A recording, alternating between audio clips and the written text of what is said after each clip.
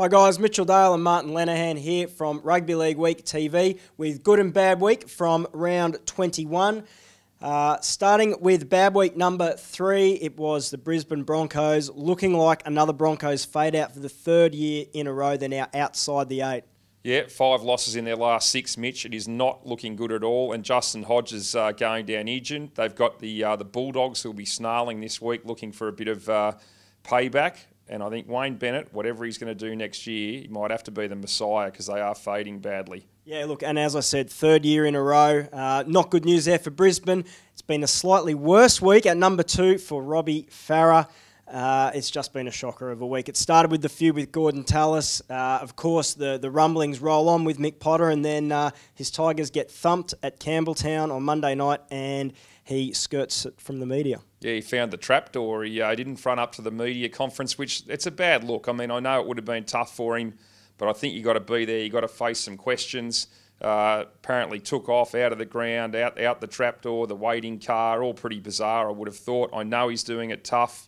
And it's probably only going to get harder for Robbie, I think, in the next few weeks. Yeah, pretty uncharacteristic for him because he is one guy who always does speak his mind and is pretty amenable to the media as well. Yeah, always pretty available, no matter good or bad. So it was surprising. But, look, I think the only way they can make him feel better is to win some games. Yeah. Now, it'd have to take a pretty bad week to top Robbie Farah's bad week. But number 1 this week, Canberra Raiders. It was a very, very bad week, in particular a very bad day for him on Sunday. Yeah, miserable performance. They got lapped, a few late tries there just to save some face. Some calls in the media this week for Terry Campese to retire. Look, he's got to do a bit of soul searching. He's obviously a lot slower than he was before. Ricky Stewart, a big chance of being the first man to win consecutive spoons at different clubs, and that's a bit of history he certainly won't want. Yeah, no, exactly. How do the Raiders turn it around? I don't think they can, mate. I think that they're going to head for the spoon. I think Cronulla are showing a lot more in their football than Canberra at the moment. I reckon the Raiders will get the spoon. Ricky will take his little bit of history. I just can't see how they can turn things around. No, and they've also taken out spot number 1 in bad week for us this week. Okay, now slightly better news. We're on to good week at number 3, the Rabbitohs. Now, they didn't beat a flash side in Newcastle, but they did look pretty good doing it. Yeah, look, I think it's the manner of the victory for Souths. I think they're starting to get a roll on. This is the time of year. They get the SCG blockbuster against Manly, obviously, this week. But, yeah, it's the way that they're playing, not so much the team that they beat, and I think they're starting to look pretty ominous. Yeah, some young outside backs. Dylan Walker, very good. Fantastic. Alex Johnson, another 3 tries, 14 tries in 10 games.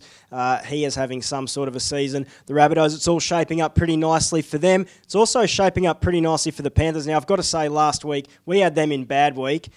That was a bad week for us because they came out a very brave win against the Bulldogs on Friday. Yeah, look, they've jumped across pretty quickly, haven't they? I think that the Dogs are now the ones in a bit of strife. You know, Penrith have had some injuries, but still they found the courage and the form to win that game.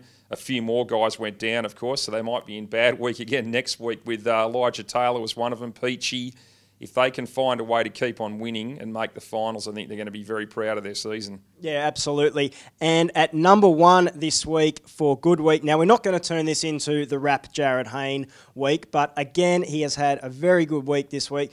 2 more tries, 2 more scintillating tries against Cronulla. But the main reason he gets it this week is that for the first time in his career, we've got the Rugby League Week Players Poll out this week, and Jared Hayne has been named by his peers as the best player in the game. Amazing, isn't it? I think big congratulations to Jared Hayne. Starting to look very much like 2009, the way he's playing at the moment.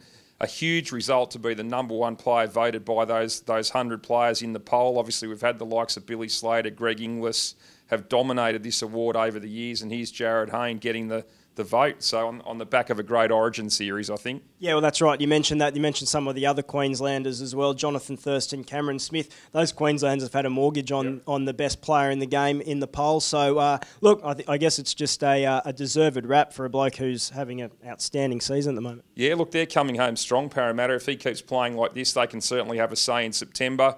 As always, mate, the Players Poll, a fantastic issue. Plenty of other big things in there to be read besides Jared Hayne. Absolutely, and that's us for this week with Good Week and Bad Week.